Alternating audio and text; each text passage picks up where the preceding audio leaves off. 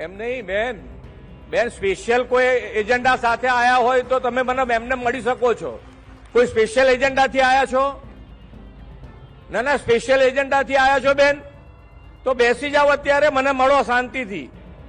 ના ના, સ્પેશિયલ એજન્ડાથી તમે આયા છો બેન, ના મળશો તમે, અત્યારે મળી શકાશે. બેસી જાઓ અત્યારે, તમે અત્યારે બેસી જાઓ, તમે મળીને જજો તમે મને. હા, મળાવશે તમને. તમે એજન્ડાથી આયા છો બેન, એવું ના હોઈ શકે ક્યારેય, એવું ના હોઈ શકે, એવી રીતે ના હોય વાત.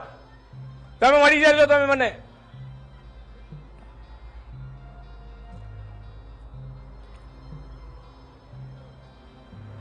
તો આ બાજુ હવે આપણે એની પર ધ્યાન ના આપશો, એ સ્પેશિયલ એજન્ડાથી આવેલા છે એટલે એની પર ધ્યાન આપણે આપવાની જરૂર નથી.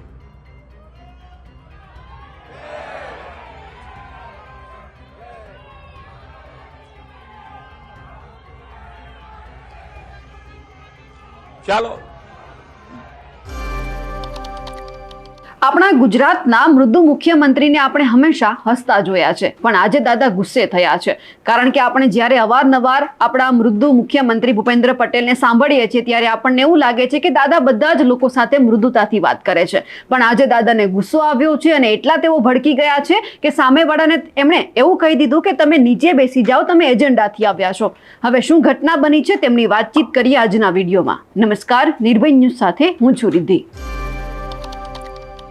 વડોદરાની અંદર કાર્યક્રમ હતો, નવીન વિકાસ કામોનું ખાતમુહૂર્ત અને લોકાર્પણનો આ કાર્યક્રમ હતો. દાદાનું ભાષણ ચાલુ હતું, દાદા લોકો સાથે વાતચીત કરતા હતા, કારણ કે દાદા એટલી મૃદુતાથી વાતચીત કરે છે કે લોકોને એમને સાંભળવા ગમે છે. પણ આ જ કાર્યક્રમની અંદર દાદા એકદમ ગુસ્સે થઈ ગયા અને જે હરણી બોટ દુર્ઘટના બની એમની જે પીડિતાઓ છે, જે મહિલાઓ છે, તેઓ આ જ કાર્યક્રમમાં હતી અને અચાનક તેઓ ઊભી થઈ અને દાદાને સવાલ કર્યો કે અમને ન્યાય ક્યારે મળશે.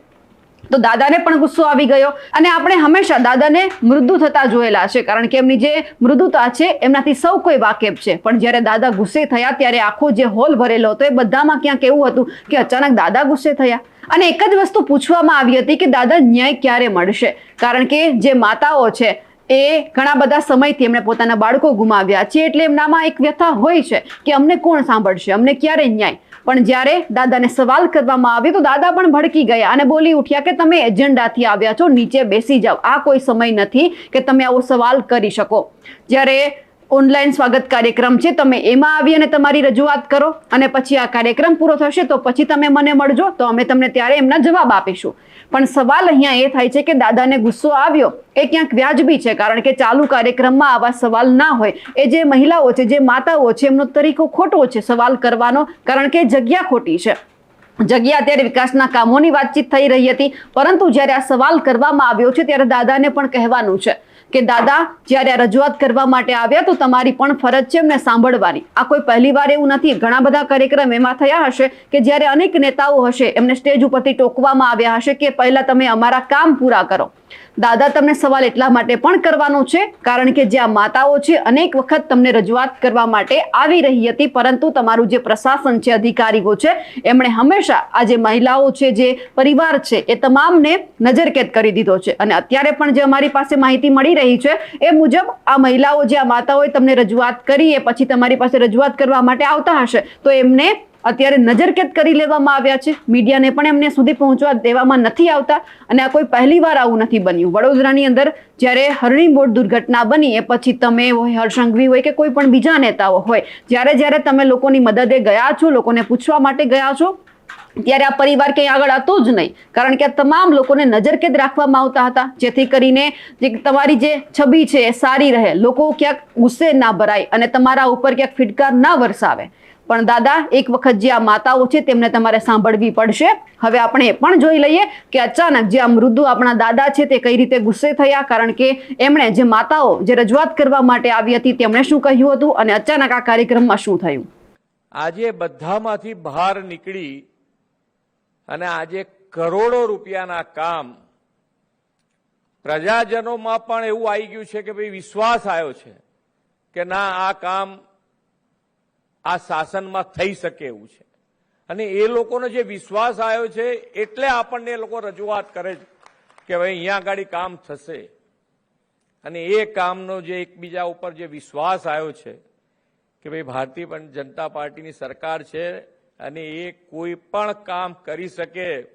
મોદી હે તો મુમકિન હૈ. આ વિશ્વાસ જે આવ્યો છે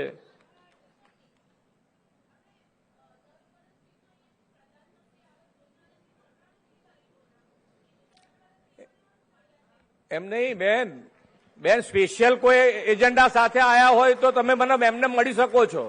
કોઈ સ્પેશિયલ એજન્ડાથી આયા છો? ના, સ્પેશિયલ એજન્ડાથી આયા છો બેન? તો બેસી જાઓ અત્યારે, મને મળો શાંતિથી. ના, સ્પેશિયલ એજન્ડાથી તમે આયા છો બેન? ના મળશો તમે, અત્યારે મળી શકાશે. બેસી જાઓ અત્યારે, તમે અત્યારે બેસી જાઓ.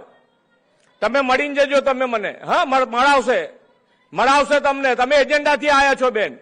એવું ના હોઈ શકે ક્યારે, એવું ના હોઈ શકે, એવી રીતે ના હોય વાત. તમે મળી જજો તમે મને.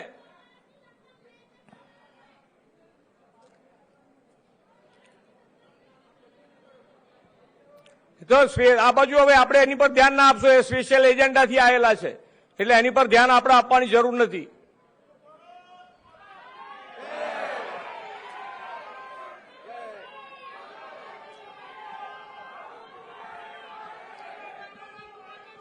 ચાલો,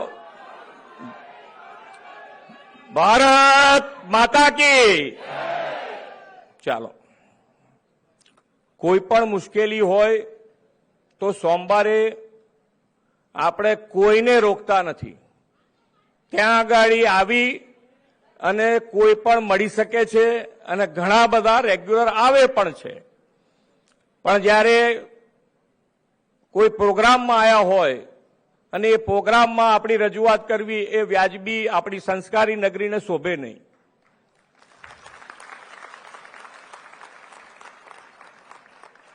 અને આની અંદરથી જ આપણે બહાર નીકળવું છે કે ભાઈ આવી પદ્ધતિઓ કે જે તમારા વિકાસના જુસ્સા સાથે કામ કરવાની જે પદ્ધતિ છે એમાં કોઈ ને કોઈ કારણસર આવું ક્યાંક ને ક્યાંક કારણ બની જાય તો તમારો જુસ્સો ન તૂટવો જોઈએ. આપણે કોઈ પણ વસ્તુ, અમે તો હર હંમેશ મીડિયાના મિત્રોનું પણ મેં અત્યાર સુધી કેટલી વખત કીધું છે કે મીડિયામાં પણ જે પણ વસ્તુ નેગેટિવ હોય તો મેં મારા ડિપાર્ટમેન્ટને, સરકારના અધિકારીઓને કીધું છે કે ભાઈ આ ચેક કરો અને આ જો નેગેટિવ વસ્તુ હોય તો એને સુધારવાનું થતું હોય તો તાત્કાલિક એ સુધારો. અમે આ માતાઓને પણ વિનંતી કરીએ છીએ કે માન્યું કે દાદાને એવું લાગ્યું કે આ તરીકો ખોટો છે, જ્યાં ચાલુ કાર્યક્રમ હતો ત્યારે આવી રજૂઆત ન કરવી જોઈએ. પણ અમે આ જે માતાઓ છે એમના વતી દાદાને પણ વિનંતી કરીએ છીએ કે આ લોકો રજૂઆત કરવા માટે આવ્યા તો તમારે એમને સાંભળવા જોઈતા હતા, કારણ કે અનેક વખત તમારી સાથે કે તમારી સામે રજૂઆત થઈ હશે, પણ જ્યારે આ લોકોને સાંભળવામાં નથી આવતા ત્યારે આટલો રોષ હોય છે. કારણ કે જે બાળકો જે વ્યક્તિએ ગુમાવ્યા છે સૌથી વધારે એ જ જાણે છે કે એમના ઉપર શું વીતી રહી છે. હવે તમને એવું લાગ્યું કે આ એજન્ડા છે તમારો વિષય છે, પણ એક વખત જ્યારે આ લોકોને નજરકેદ કરવામાં આવ્યા છે, જો આ સમાચાર તમારા સુધી પણ પહોંચશે તો એક વખત એ માતાઓ સાથે પણ તમે વાતચીત કરજો. કારણ કે આ કોઈ આવી બે માતા નથી, આવા અનેક પરિવારો છે કે જેમણે પોતાના બાળકો ગુમાવ્યા છે. એટલે જો એજન્ડાથી પણ આવ્યા હોય કે ગમે તે રીતે આવ્યા હોય, પણ તમારી એક વખત એવું બને છે કે તમે એમની પાસે જાઓ અને એમને સાંભળો. અમારા અહેવાલને લઈને આપનું શું કહેવું છે કમેન્ટ કરીને ચોક્કસથી જણાવજો. સાથે જ અમારી નિર્ભય ન્યૂઝ ચેનલને લાઇક, શેર અને સબસ્ક્રાઇબ કરવાનું ભૂલશો નહીં. નમસ્કાર.